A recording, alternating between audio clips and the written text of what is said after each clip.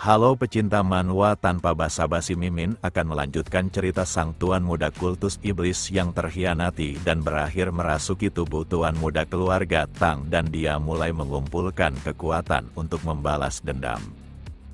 Cerita sebelumnya diakhiri dengan duel Wonwi melawan Yukang akan segera terjadi.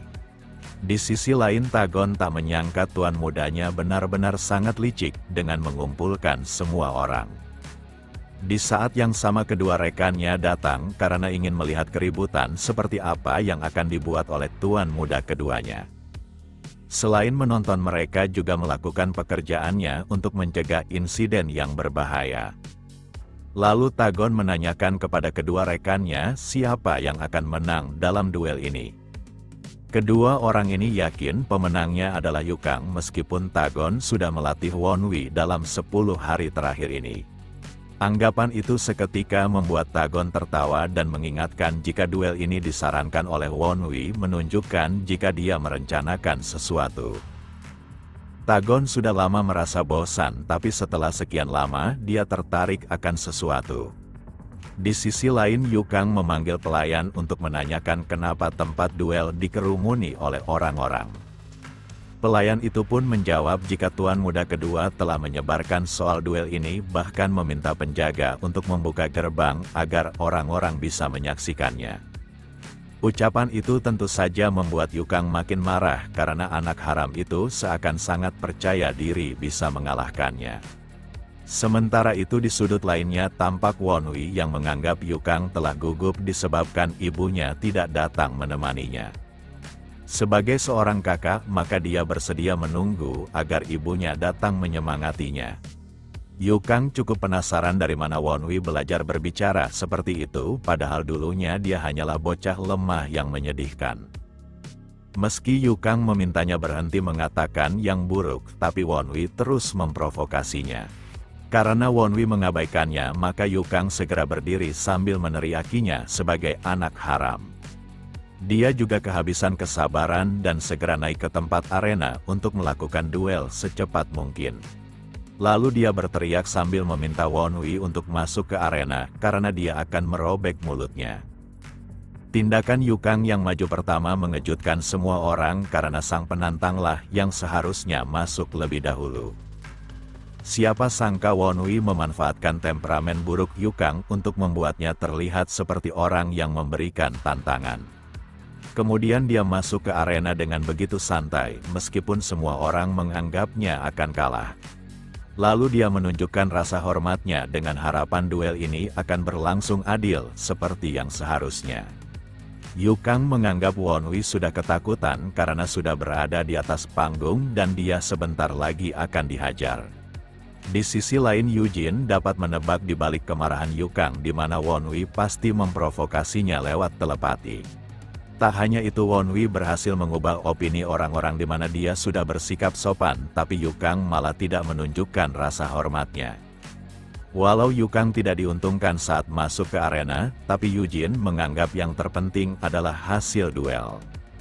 Yukang meminta Wonwi untuk bersiap karena dia takkan pernah bisa berkata seperti itu lagi. Hanya saja Wonwi makin memprovokasinya dengan mengatakan jika Yukang tampaknya bertarung dengan mulutnya. Lalu Yukang mulai melancarkan serangannya dengan niat membungkam lawannya. Siapa sangka Yukang melemparkan sesuatu ke lantai untuk memaksimalkan pertarungannya. Upaya itu dilakukannya agar orang-orang sulit menyaksikan duel yang tertutup oleh bom asap. Wonwi dapat menebak hal yang coba dilakukan oleh saudaranya. Dengan asap ini, maka penglihatannya akan terbatas, begitupun dengan orang-orang sehingga dia bebas melancarkan serangan apapun. Dalam waktu singkat Yukang telah berada di belakangnya dengan kecepatan yang tinggi menggunakan langkah bayangan. Hanya saja Wonwi melakukan hal yang sama dan hal itu mengejutkan Yukang. Kemudian Wonwi mengingatkan jika ibunya sendirilah yang mengirim instruktur padanya. Yukang yang serasa dipermainkan mencoba menyerang, tapi Wonwi malah mempermainkannya. Dia juga tak menduga jika Wonwi dapat menguasai langkah bayangan meskipun dia hanyalah anak dari seorang pelayan. Darah milik ayahnya pasti memberinya bakat, tapi langkah bayangan hanyalah teknik dasar untuk melengkapi Ki Bayangan. Maka dari itu dia akan menunjukkan Ki Bayangan tersebut. Dalam sekejap mata Yukang memaksimalkan tekniknya dan membuat tubuhnya menyatu sempurna. Hal itu membuat tubuh Yukang tidak bisa dideteksi baik suara dan pandangan. Saat Yukang mencoba menangkap lawannya, maka dia sangat terkejut akan sesuatu. Di mana Wonwi masih dapat menghindarinya, bahkan dia tampak tidak kesulitan sedikitpun. Meski usaha yang pertama gagal, tapi Yukang menduga hal itu mungkin saja sebuah kebetulan. Tapi dia kembali gagal meskipun sudah melancarkan beberapa serangan. Wonwi cukup mengakui langkah bayangan adiknya sudah sangat baik. Hanya saja Wonwi memiliki mata yang tak biasa, sehingga dia bisa melihat niat Yukang dengan mudah. Para instruktur yang menonton mulai terkesan akan tuan mudanya yang mengalami peningkatan dalam penggunaan langkah bayangan. Akan tetapi mereka menganggap semuanya hanya menunggu waktu di mana Wonwi kelelahan. Bagi mereka Wonwi sudah bertahan dengan cukup baik, meskipun dia kalah. Lalu Tagon meminta mereka tidak meremehkan tuan muda kedua karena dia sudah melatihnya dengan teknik yang bagus. Hanya saja kedua rekannya malah tertawa karena tuan muda seperti Wonwi seharusnya membutuhkan waktu yang cukup lama untuk menguasai satu teknik bela diri. Sementara itu Yukang terus melancarkan serangannya dengan penuh amarah sambil memanggil Wonwi si anak haram. Namun semua itu gagal dan semakin dia menggunakan Ki Bayangan maka asap di arena juga akan berkurang. Padahal awalnya dia berencana untuk mematahkan kakinya dengan menghindari pandangan secara langsung semua orang. Kali ini Yukang akan menganggap duel ini serius dan dia takkan bermain lagi seperti sebelumnya. Yang benar saja bayangan yang dibuatnya lebih banyak dan sekarang semuanya melompat ke langit. Tak seperti sebelumnya, kali ini dia memutuskan menggunakan jarum beracun yang mengisi semua sela jarinya. Dia pun menghujani Wonwi dengan jarum beracun dan di sana Wonwi masih tak bergeming dari tempatnya. Di sisi lain Yujin merasa duel ini sudah terlalu berlebihan karena teknik ini seharusnya digunakan untuk menghabisi lawan. Namun Wonwi yang seharusnya dalam bahaya malah tertawa karena seperti inilah seharusnya pertarungan. Saat puluhan jarum melesat ke tubuhnya, tiba-tiba saja, sebuah pelindung menghalau semua jarum tersebut. Semua orang dibuat terkejut akan angin yang begitu besar menerjang mereka semua. Yujin dapat menebak jika angin ini tidak normal dengan teknik tertentu.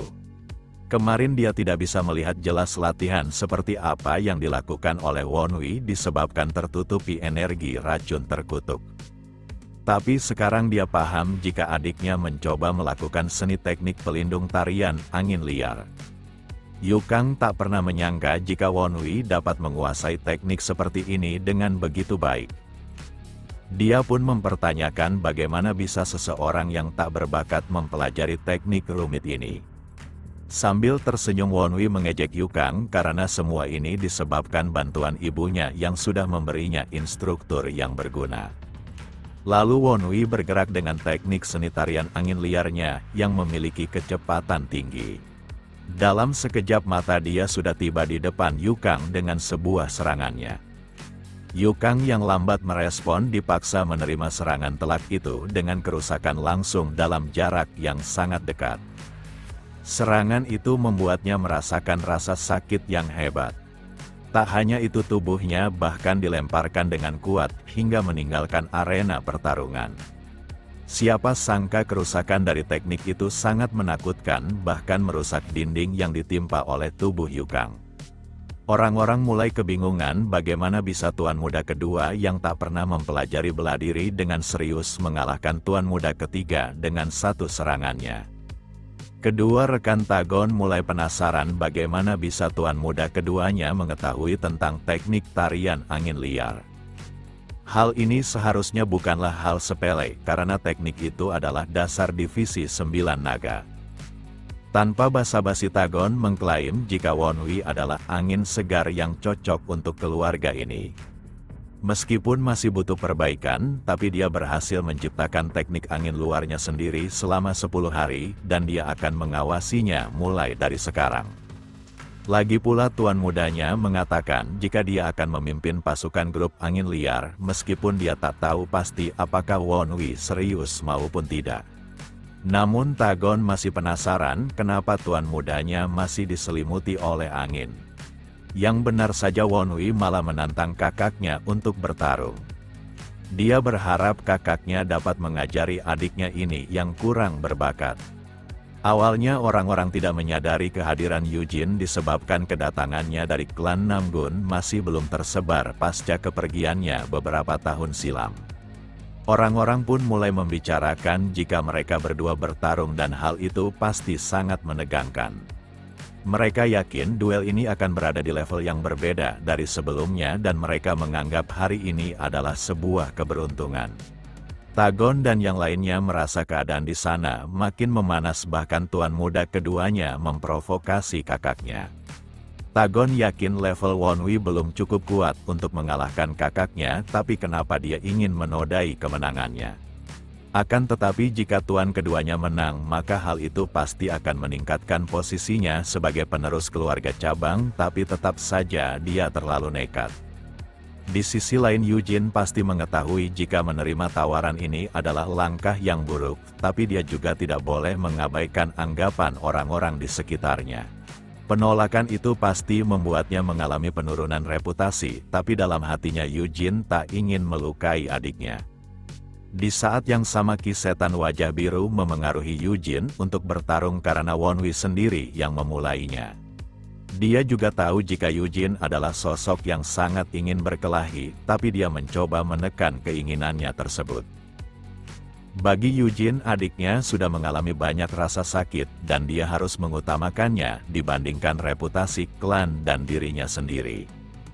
Hanya saja Wonwi malah menanyakan hal apa yang membuat kakaknya berpikir keras.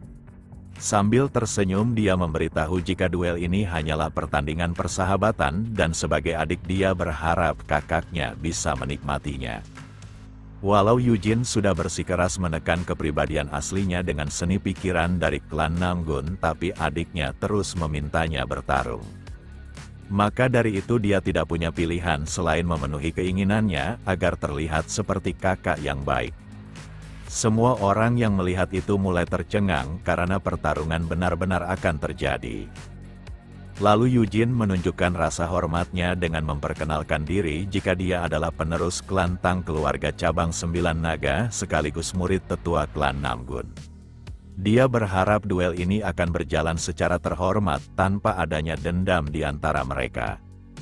Wonwi pun melakukan hal yang sama dan dia berharap kakaknya mengajarinya pelajaran berharga hari ini. Duel yang sudah ditetapkan memacu adrenalin semua orang dengan sorakan berkepanjangan. Lalu Wonwi meminta agar kakaknya tidak menahan ekspresi wajahnya yang sangat bahagia. Seketika kepribadian maniak Yujin kembali terlihat dengan nafsu bertarung yang kuat. Dia merasa adik kecilnya harus diberi pelajaran karena berani menantang kakaknya di hadapan semua orang. Ucapan itu makin membuat Wonwi kegirangan karena dia akan menunjukkan hal menarik sekaligus melepaskan julukannya sebagai tuan muda yang tak berguna. Lalu Wonwi bersiap untuk melancarkan serangannya terlebih dahulu. Hanya saja Yujin sudah seperti iblis yang kehilangan kendali. Tanpa peringatan dia langsung menyerang mendahului Wonwi yang sebelumnya ingin memulai pertarungan. Tingkah itu membuat Wonwi tertawa disebabkan kakaknya berperilaku dengan sangat buas. Benturan serangan keduanya menggema hingga menciptakan tekanan udara yang hebat. Namun siapa sangka Wonwi memblokir serangan dengan tangan kosong miliknya, dan Yujin yakin jika teknik inilah yang coba dikeluarkan oleh Wonwi saat dia mengunjungi kediamannya dengan menghunuskan pedangnya. Dengan pertahanan yang seperti itu, maka Yujin merasa dirinya dapat menyerang sepuasnya tanpa ragu. Setelah mundur dia kembali menyerang dan berharap adiknya tidak diam begitu saja karena akan menikmati duel ini dengan terus menyerang tanpa henti. Kecepatan milik Yujin cukup membuat Wonwi terkesan dan dia harus berbuat sesuatu. Untuk memecah konsentrasi kakaknya, maka dia memutuskan menggunakan ki bayangan seperti yang dilakukan oleh Yukang. Yujin makin terkejut karena adik kecilnya bahkan bisa melakukan teknik ini. Namun dia menganggap teknik itu masih setengah matang sehingga bukanlah masalah untuknya. Lalu Wonwi yang dipukul mundur berusaha melindungi titik vitalnya. Dia tak punya pilihan selain menjaga jarak sambil memikirkan langkah selanjutnya. Bagaimanapun saudaranya adalah si jenius dalam keluarganya, bahkan teknik pedangnya menjadi kejam. Di sela itu Yujin meminta Wonwi berhenti menyembunyikan kekuatannya. Wonwi yang mendengar permintaan itu mengerti dan dia takkan bermain lagi. Tanpa basa-basi lagi Wonwi menggunakan seni esensi racun setan naga untuk bertarung. Bukannya terkejut maupun khawatir, tapi Yujin malah kegirangan. Dia sangat bersemangat menyaksikan teknik yang abnormal dalam menggabungkan ki racun dan ki setan.